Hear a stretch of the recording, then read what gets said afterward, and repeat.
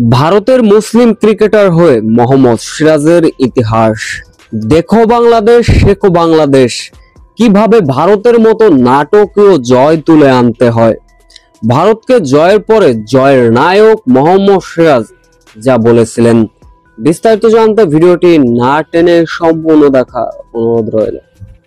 মোহাম্মদ সিরাজের গল্প শোনাতে হলে ফিরে যেতে হবে পিছনে।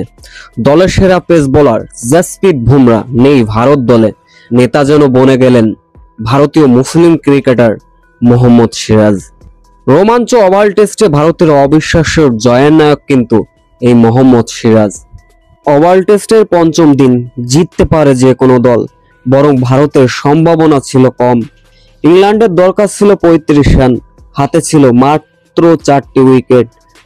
এমন এক রুদ্রশ্বাস লড়াই হলো যা ওভালে ইতিহাস গড়ল। টানটান উত্তেজনার পর শেষ হাসি হাসলো ভারত। ইংল্যান্ডকে 6 রানে বধ করে শুধু ম্যাচই জেতেনি, বাঁচিয়েছেও সিরিজ।